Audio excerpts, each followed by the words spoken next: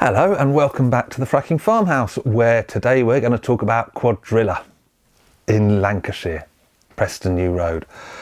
Because it's funny, the other day I went to buy a mattress from a little local independent trader down the road, and he was, he's a Brexiteer, and he says, well, I'm not sure about fracking. What they should do is they should have a go, shouldn't they? Should try it out, and if it works, good on them, and if it doesn't, stop it.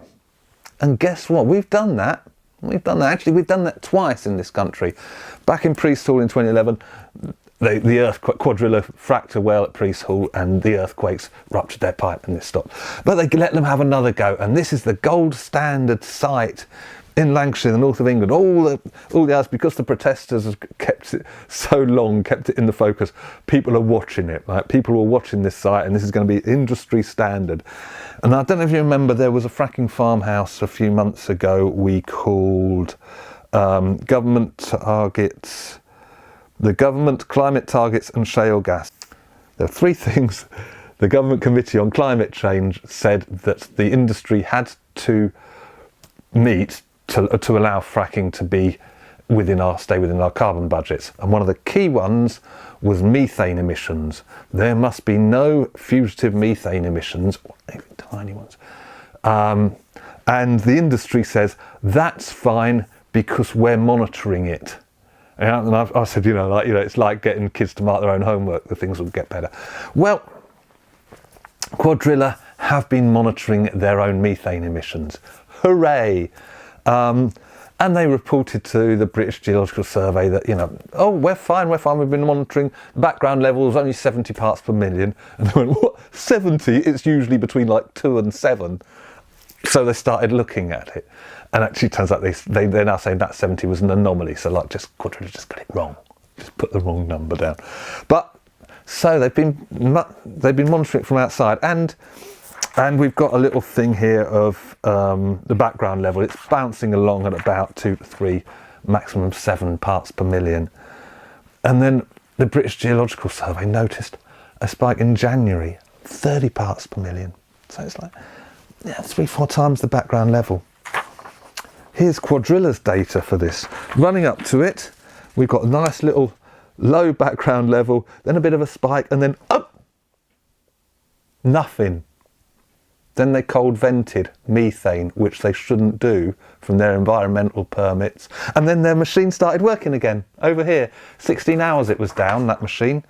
Their own methane monitor. This is what happens when you let the industry monitor its own things. Their monitor had a malfunction. Sorry about that. While it was malfunctioned, they cold vented methane, doing a methane spurt, causing a spike that was measured from outside the site.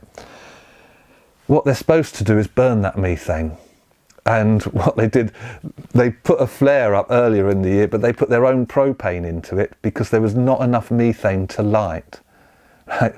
So what Caudrilla have done is they have proved in the most examined, top of the range, big sparkly fracking site in the country, that they get fugitive emissions of methane, which means that you cannot consider it as a low carbon alternative or a transition fuel, because it's worse for climate change than even burning coal.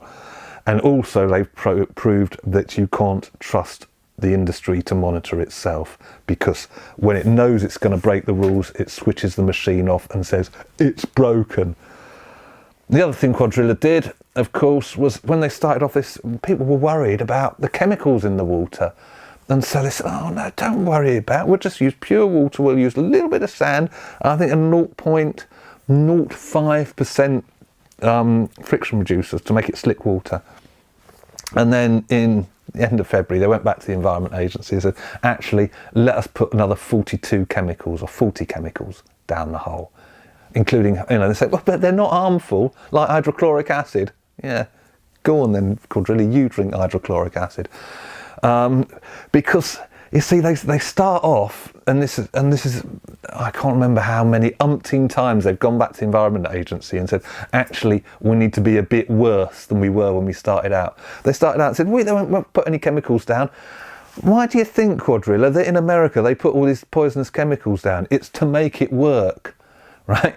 You can't do fracking safely. You can't do fracking safely because if you do fracking safely, it doesn't release any gas. So you've got to break all the rules. You've got to break all the regulations so you can get the gas out.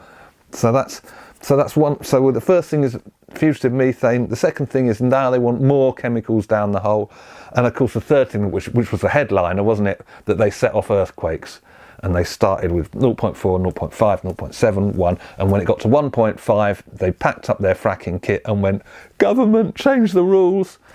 And just over a week ago in China, they had some earthquakes that were set off by fracking. It killed 2 people. Thousands of people have marched in the city square, and they've demanded them they shut down. There's somebody said, that the earthquakes usually start 2 or 3 hours after the fracking starts. Do we want that here? It's endemic to the process of fracturing source rock, and the other thing, and then there was just yesterday there was earthquakes in Alberta, 4.6. It's in Canada, and I'd already reported on the previous ones in Canada hitting over 4. It just turns out that breaking open the source rock, because let's remember what fracking, all conventional oil and gas has leaked out of the shale.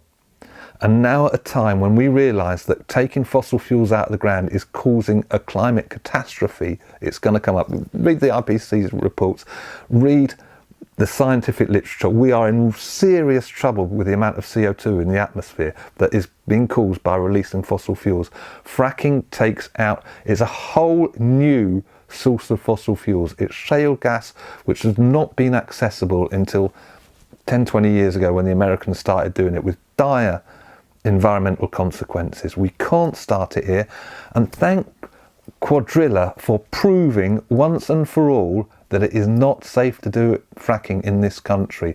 They have demonstrated on commercial scales, they have fracked 5% of their pipeline, and they've had fugitive methane, they've had seismic events, and they can't do it safely. They can't do it safely in the best one in the country. And if you want to get a quantity of gas out that's going to make any difference to gas security or anything like that, we're going to need thousands and thousands and thousands of these wells. They'll not be monitored. They will cause earthquakes. They will poison the water. They will poison the air. We've got to stop this thing now. Fracking is no good. We're not having it. Thank you very much. And yeah, thank you very much for watching the Fracking Farmhouse.